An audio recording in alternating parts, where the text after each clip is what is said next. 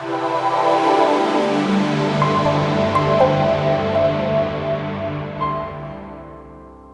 right, good morning. I'm Deborah Lucci with the Deborah Lucci team, and I'm here with Matt Witte today. He has the Matt Witte team, and we're with William Ravis Realtors in Massachusetts, and we're with the Realtors Playbook this morning. And the discussion is going to be, how do I pick a real estate agent? We're starting to come up on the spring market, and it's going to be very important to pick the right realtor. The right realtor, I think, can make or break the deal for you as far as how much money you have, how smoothly it goes, things like that.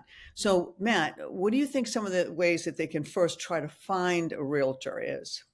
Yeah, I think the best way to find anything that you need would certainly be friends and family, Mhm. right? You want to talk to friends and family that maybe have sold, because you might assume, well, geez, they sold it so quickly, it must have been super easy, and then they might say, well, the agent, came off really well in the beginning, and then we had some communication issues, even though it sold quickly, and there's some hiccups here or there. So I would say start with friends and family for sure. And then what do you think? What else should they be doing? I'm not sure that's just enough. No, I think a big thing too is also to Google the agent, find out what you can find out with them about them. We ask for a lot of reviews, as I know you do, because they're so important to us. How business is, and nothing is absolutely perfect, and no transaction is going to run perfect. There's always stuff that comes up that is really out of everybody's control. So I think it comes down to how well the agent can handle it and things like that. But I think Google is a really good source for reviews and things like that. And you can get on Zillow, Realtor.com, things like that. Ask for just look at their background, how many houses they've sold, things like that. So I think those are the best sources. Yeah. We get a lot of past clients that refer us. Yeah, I love all that. I love that, checking the reviews, checking the different portals. And if you're on Google as a consumer, I do this all the time. I'll hit videos to Mhm. see if they have any videos, because agents often talk about all the marketing they do, and still photos are great, but I also think that that's important too. I agree. All right, great. All right, so let's talk a little bit about what questions that the seller should ask the realtor when they're interviewing them. Okay, yeah, I would say experience and credentials definitely matter. Hmm. The biggest, potentially the biggest sale of their life, right? Biggest event in their life in terms of money. How long have you been working as a real estate agent? I think that's question one. Okay, but let's just take this for example. All right, let's say I've been working in the business 30 years, but I sell two houses a year. The Mm, agent that just may have come on board that may have been really extremely well trained, like you and I train our agents, okay, may be actually better equipped in this market than the agent that's got 30 years that just sell a couple houses a year, and they've always been part-time and not done that. So there's a lot of moving parts. I think the seller has to really ask these agents. So I do think years in the business is good, but I also think training and training and what you've gone through for some experiences. Yeah. yes, yeah, Mhm. definitely. Because if you could say I held my license for 30 years but haven't sold anything, that's not very helpful. So Right. it's a good follow up question. Does how many houses have you sold maybe even in the last 24 months? Right. Like one of my younger agents, I mean, she was, talking about the fact that, we went over their business plans. We've been going over their business plans this week. And she said, you know, I've sold 20 houses, and I've just been in the business for this short length of time. And I'm like, look at all the experience you've gained with those 20 houses, and she's gone through our training too. So Yeah. yeah, so I think what's your sales record? What do you sell? And I think that this is a big one. This is a big stickler with me. I know that. Okay. Are you a full-time agent or are you a part-time agent? Now, I'm sorry. I really don't feel you can do your job well if you're a part-time agent. Right. And from my point of view, like if I had, for example, and there's always some fire. There's always something going on. It's never, if it's smooth, you're sitting at the closing table waiting for it to blow up because none of them run that smooth. There's always something going on.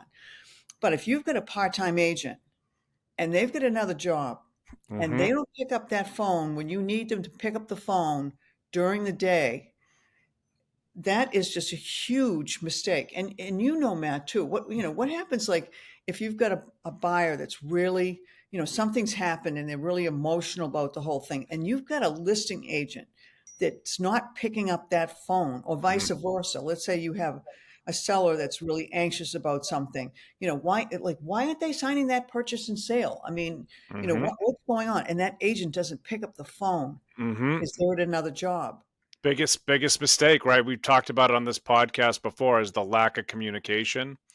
So to follow up with that is, I think a good question would be, is it just you selling my house, or do you have a team to support, this transaction? So I'll give you an example. I'm out on the West Coast, and I have my client has a final walkthrough as a buyer, and we have problems. This isn't out of the house. This was left over. Um, you know, and we have an issue. And I had called Tracy, who was a mile from the house. Yeah. Tracy gets in her car, drives over.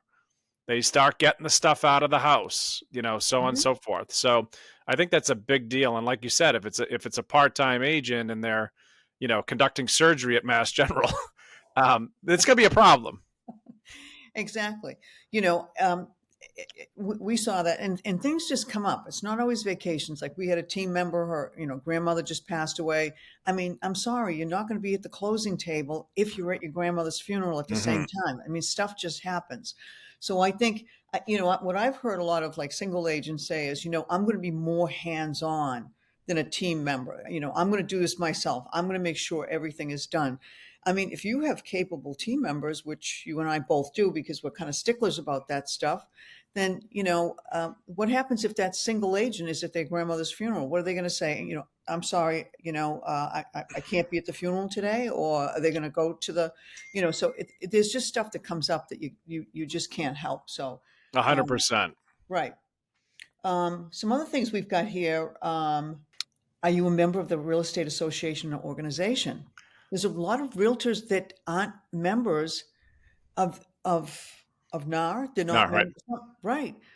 And there was organizations before. In particular, there was one in particular. Like, they didn't even get access to the multiple listing service to find out really who the listing agent was on the property. Um, Exactly. And for consumers that don't know, NAR expects us to be at a higher level in terms of overall integrity and code of ethics. Every agent should have it, but we're considered to be at a higher standard at that point, and I think it's important that we pay into it, and there's training and a lot of things offered that agents take advantage of. right now, the other one we have here is, can you provide references and testimonials? I mean, that's huge. We have testimonials all over the place. Yeah. And we really, pride ourselves in having high testimonials. And I Yeah. think that that's important, that, so you get an agent that, like we went back before, talked about the fact she's been selling maybe 30 years, but she's got no testimonials or no references because she barely sells. She may look, and this is what some of my poor younger agents go up against sometimes. You'll have a client that's, probably about my age, look at a younger agent and they'll say, geez, this kid's the same age as my kid is. And you're going to Hmm. ask him to sell my house. And I'm like, I know, but I got to tell you, this kid's got a lot of experience now because she's gone through a lot of training, or she's gone through a lot of training. Hmm. And, I've walked them through many transactions. So they probably have more experience that this agent is 30 years old. Hmm. And the good thing about a young agent too is the fact that they're unbelievable with social media. That house Hmm. is everywhere. So, don't necessarily think because the agent is a little bit older and been selling for, 20, 30 years that they're going to be a better agent in comparison to the younger agent that's just been doing this for a couple of years. It depends on, are they by themselves? Are they, and they have had no training? Are they Agreed. a team that's been helping them? Yeah, exactly. And Mhm. something to consider too, we talked about references, and I talked to clients about this, especially at listings. In the last few years, it's been very, very easy to sell a house in these markets. Do you know what I mean? To put the sign in, get offers, and it's starting to change a little bit. Right now, we're starting to see Yeah, stuff like, all right, how do we negotiate inspections and things like that? So yeah, think about 2011, where it just wasn't that easy. So if you got a listing, it didn't just fly off the market, 25 offers and no home inspection. It just wasn't that way. So I always offer references of normalized markets. Like here, we had this tough situation, let's say in Salem, Mass, and the house didn't sell in an hour.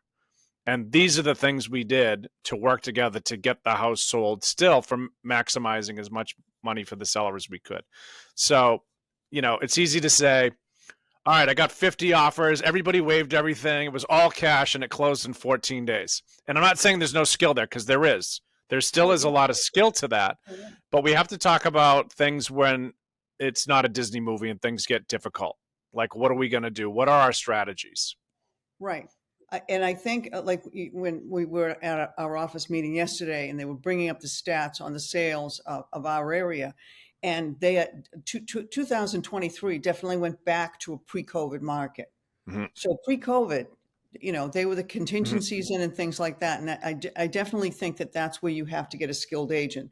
So you just can't, you can't look just at the commission, because if you look at just the commission, you will end up losing so much more money if you don't Mm-hmm. get a skilled agent that's out there doing what they do to need to sell your house at top dollar and negotiate. Yep. So I think, Absolutely. and then the other thing, like, how familiar are you with the local market? How many Yes. houses have you sold in this market? Okay, how well do you know this market? I mean, do you know like what's important in this town? Things like that. If somebody says to you, what about this school, that school, things like that. Mm-hmm. I mean, can you answer those questions? You know the market really, really well. So I think that's really important, because we see a lot of out of town brokers come in, and I'm like, oh my God, they just don't know this market. You can tell the way they operate, things like that. And I don't know how the sellers are getting them. Maybe they bought a house in another area. Now they're coming into Mm-hmm. our area.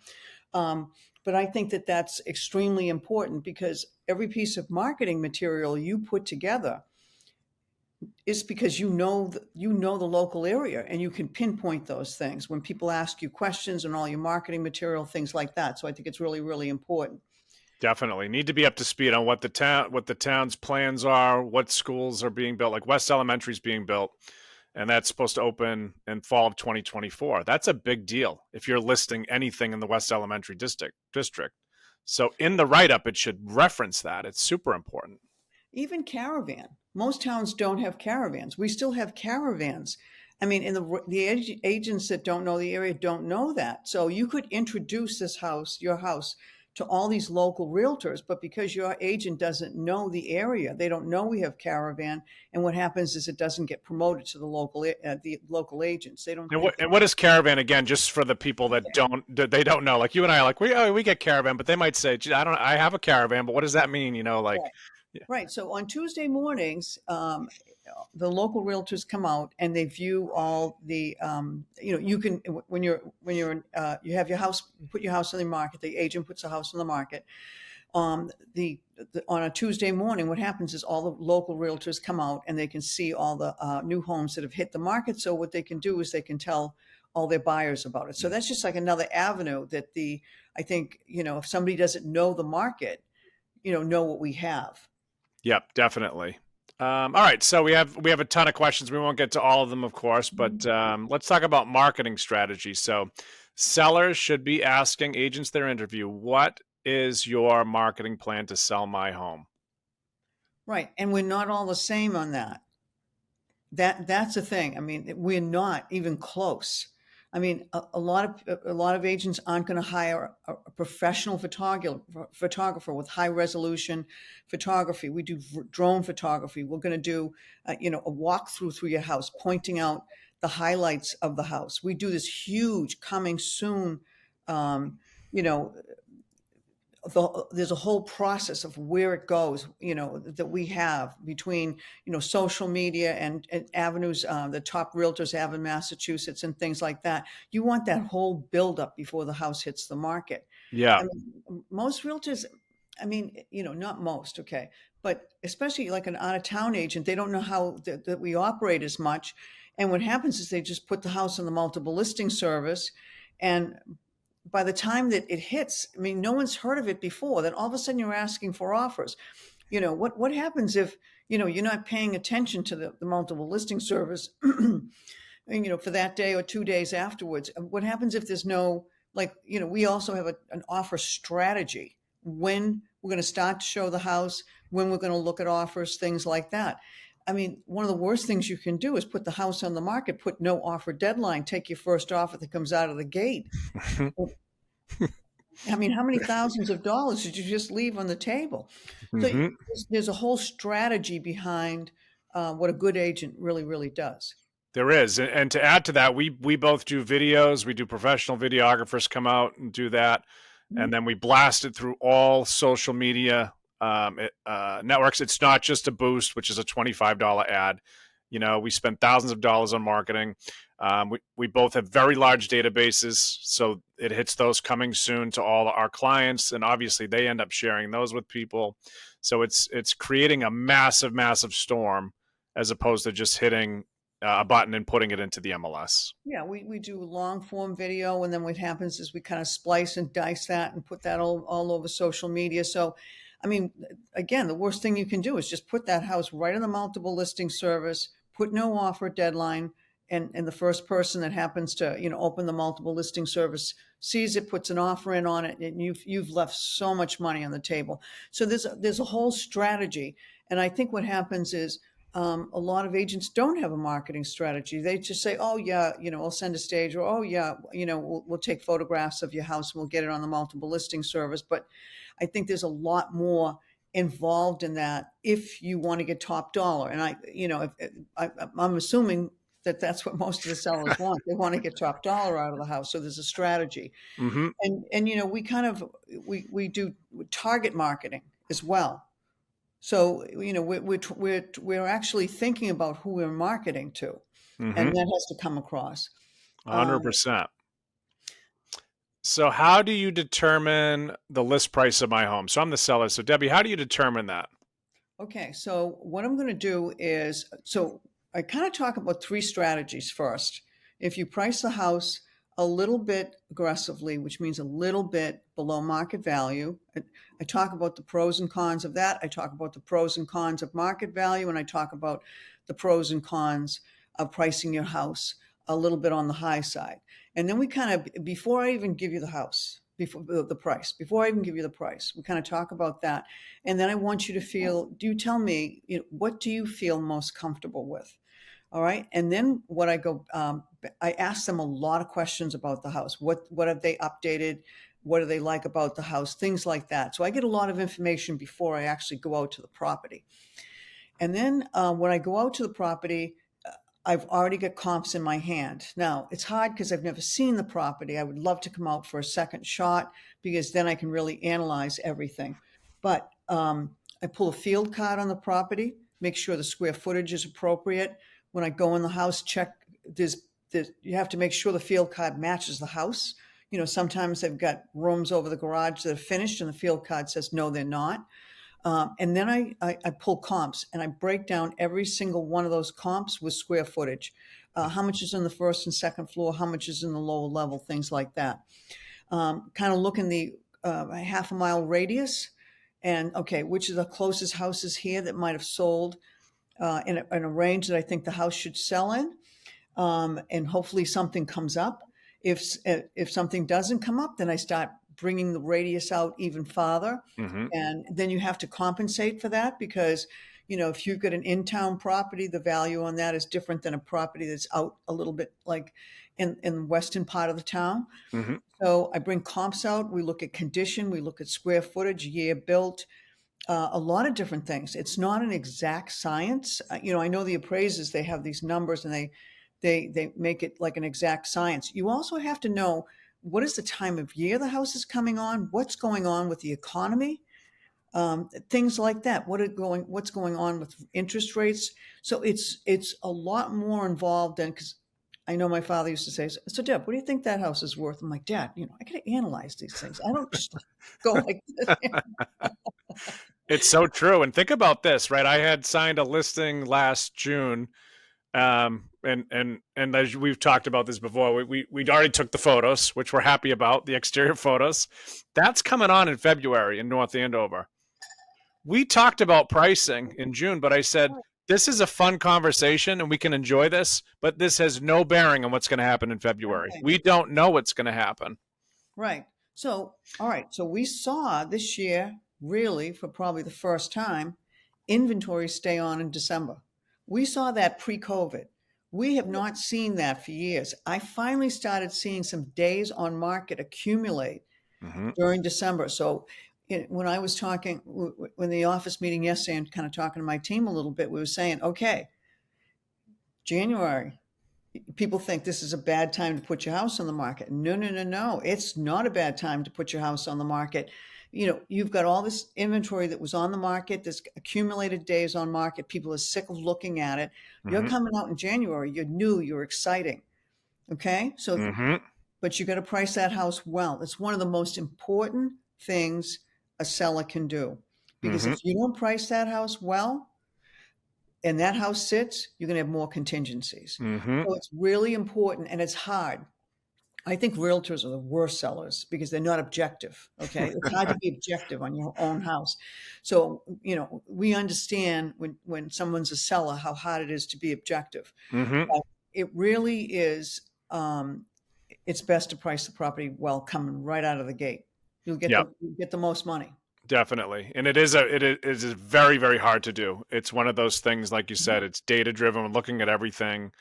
And sometimes we don't have enough comps and we don't know exactly what's going to happen. Right. We try to stay within a 6 month radius. What happens is if the market's shifting a lot, Mm-hmm. then you have to tighten that range more. Yeah.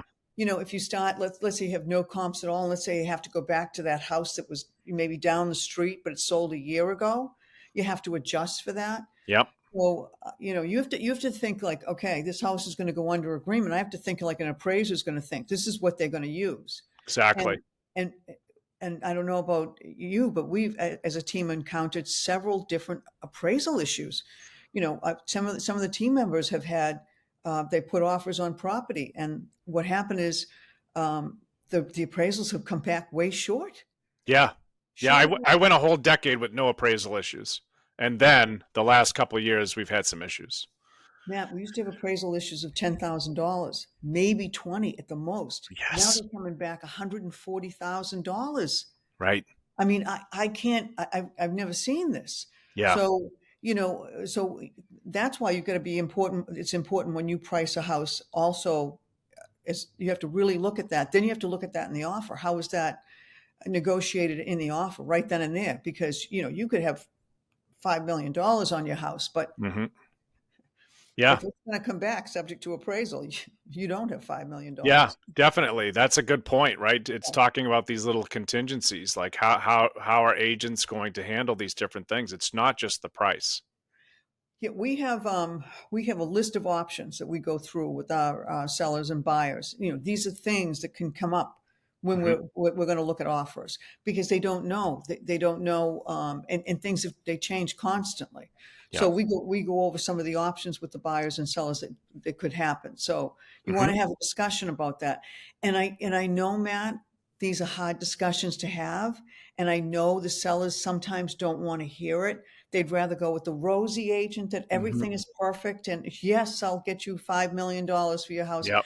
But is that reality? I'm bringing up some subjects in front of you that could possibly happen. I don't want to be a Debbie Downer, Yep. but this could possibly happen. How You know? appropriate. I always say we are going to continue to work the problem. That's Yes. all we're going to do. We can only control what we can, but we will continue to work the problem. Yeah, and I asked them too. One of the things I asked them is, "How's your last real estate experience been?" Hmm. And then I find out, like I have found out, we had one seller take like $50,000 less for an offer. They didn't want a home inspection, and I'm sure that house was like perfect. You could tell the way she kept it was beautiful, but she did. I don't want that. No, I don't want that. I don't want to deal with that. So she took $50,000 left. So I'm not sure it was a home inspection or appraisal, but we found out what was important to that seller. Yeah, So, they had had enough from a previous experience. right. So let's talk about the biggest complaint about consumers, if you Google this, which has been referenced on this podcast before, is the lack of communication. So if a seller says, Debbie, how often will you provide updates and feedback on the status of my listing? And Okay. how will you do that? How, text, email, call? So I'm a little on the OCD side. So I like to keep everything in complete packages. So we have this service called Showing Time. And even when the recession hit and your house was on the market for like 3 months, okay, at that time, Showing Time just had started. But I like Showing Time because every time the house is shown, the seller gets notified, I get notified, we know who it is. Showing Time makes sure that they're an actual agent. Now, what happens is I check Showing Time. If the agent doesn't respond that day, okay, I don't want to bother them. They could be showing a few houses. I don't want to bother them in front of their client.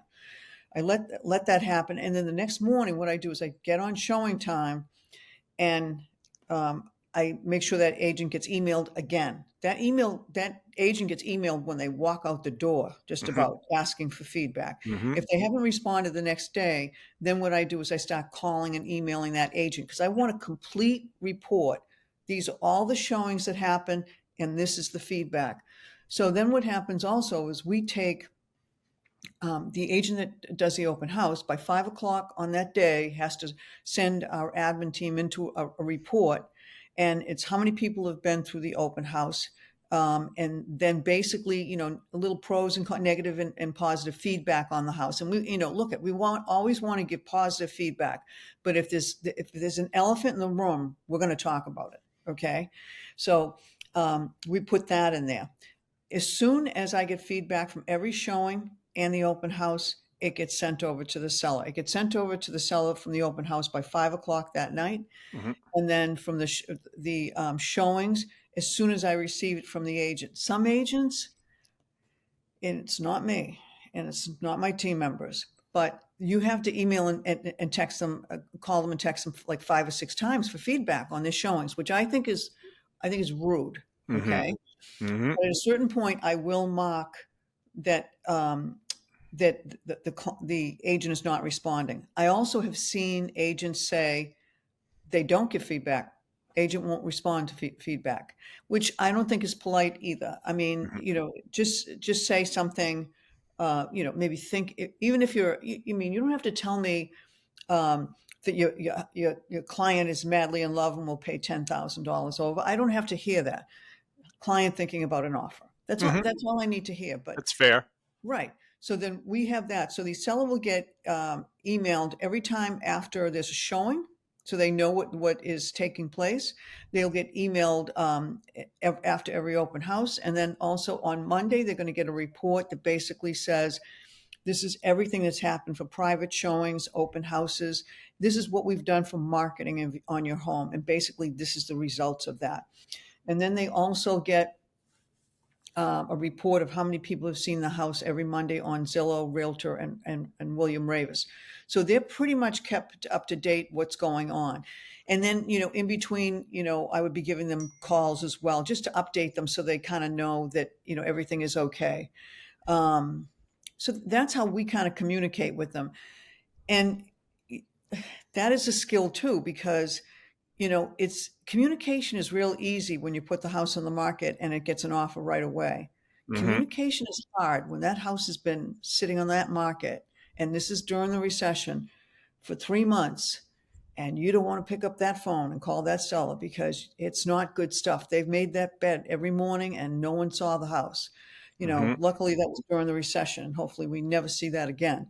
But, you know, I've seen some of the houses sit on the market in December. They're on the market for a month, probably because they weren't priced well or something like that. And maybe that agent bought that listing. Sometimes agents buy listings by like, well, I'll price your house higher than the other Mm-hmm. agent, so this way you'll list with me.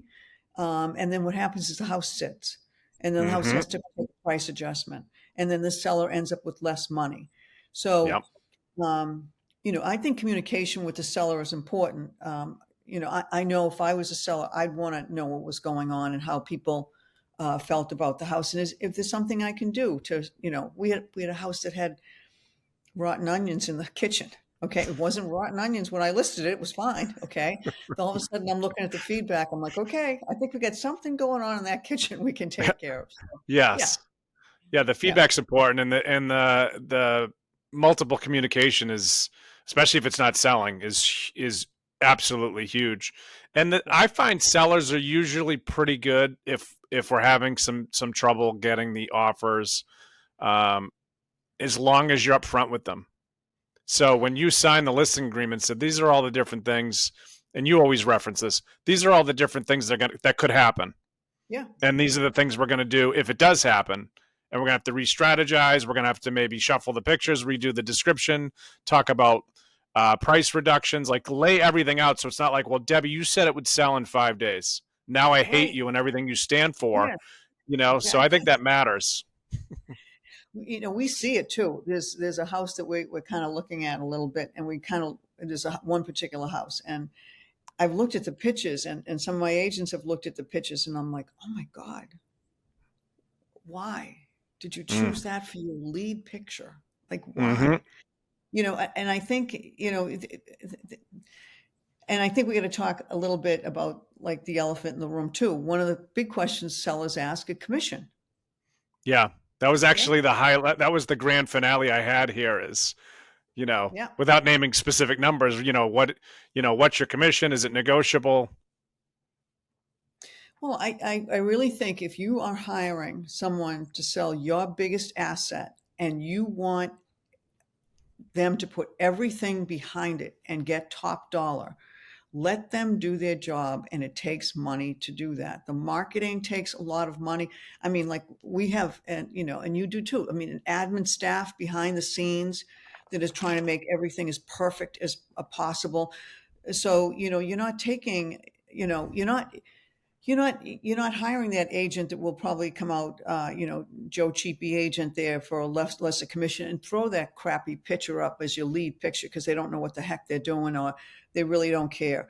I mean, if you choose an agent based on commission alone, you will lose more money than if you hire an agent that and just let them do their job. This is what, if you've got a good agent, we're assuming from some of the questions that we're giving you, we could keep going on about this. If you let them do their job and let them put money behind their listing, and you got to realize too, when you hire somebody, you're on the same team. That Hmm. agent wants you to get a lot of money too. They They do. want you to be happy. They want you to give them good references. They So do. they do. So if you have an agent that you've hired, and this is how I do it, I know you do it. I mean, you're looking out for your client's best interest. If you take Hmm. care of your client, you will be taken care of in the long run as well. I've always been trained that way. Yep. But don't hire an agent just on commission alone. It's the biggest mistake that you can make. It's Biggest. huge. It's huge. And I know like some people might be listening to this say, well, you guys are agents. You would never pay full commission. So I'll tell you a story. I'm selling my property in Florida right now. Yeah. And I know exactly, and Debbie didn't know this either. So surprise to you. So I know the agent. I've known him a long time. He sold me the property. And the first thing is when we bought the property, we were looking at some new construction and it was frame built. So in Florida, that's a problem. Okay, with hurricanes and everything else. So you should have a block built property if possible. So he talked me out of this new construction, which built trust immediately. So we ended up buying the block structure. Okay. Long story short, the neighborhood's having some issues with all the framing type structures, but not the block, which was huge. So he's listing the property. I did not negotiate commission. I came in with a higher commission. I know for certain he would work for less because I've talked to him and we've become friends. I gave him a higher commission to motivate and know that I'm going to get the most money out of this property. So even as an agent, I really see the value in that. Matt, I got to be honest with you. I do the same thing. I went out with a friend of mine a few years ago and we were looking at property in New Hampshire. And she looked at me like, she's probably going to take my commission. I know she's going to take. And I'm like, no, just do a great job. Yeah, Just, I know that's you it. will. Just Yeah. do a great job. And that's the same thing. Like if I went down to Florida and I bought a property down there, I wouldn't even ask for a referral fee. No, that's what I said. We could take referral fees and nickel Right, grab with these people, but we want to keep them super motivated, right? right, Like laser focused to get us the best deal possible. right. And so to think about this, so that commission comes into negotiations. Now, with the pre-COVID market back, you've got to negotiate the offer. You've got to negotiate home inspections. You possibly purchase and sales, appraisals, and you just talked about a closing walkthrough horror story. Yeah, So you're hiring somebody that can't even negotiate for themselves, and you've got right. to go through all those things in that transaction. Yeah, no question. And I had a little fun this morning. I had watched the Dave Ramsey video. Love him or hate him. I enjoy watching him with the live calls, and he's this quote unquote expert of how to pay for everything cash, so on and so forth. And he's an interesting person to listen to. So someone had called and said, "Oh, I'm going to sell my house myself, a for sale by owner," and Ramsey just ripped into him. Yeah, And this is a guy that says you shouldn't finance anything, and I found it very interesting. So even you can Google experts that are not us and see what you think. These people have 200. I checked his net worth is $200 million. So I thought that would always be worth noting. But if you look into him and other high profile people, it's interesting to see what they say as well. yeah. I mean, I think you're hiring somebody and you're paying them their worth because they do a good job. I mean, like any other industry, if you've got somebody that's more talented than somebody else because they're more skilled, you're going to pay they're worth a little bit more money. Yeah, And they're definitely, you like, let's say you take an admin that needs all kinds of training. You're going to pay them less, but how much is it costing you to train the admin? Pay somebody that's experienced, have them do a good job, and hey, thank you so much. yeah, absolutely. Yeah, it's well said. So awesome. We could go on all day about this because this is just an exciting topic for us. But hopefully, you sellers got some information on this, on what you should be doing, starting with the Google and a list of good questions here. So, this is the Realtors Playbook. Please like and subscribe. As I always say, we're thick skinned. So, give us some feedback and let us know what you think and what upcoming topics you'd like to hear.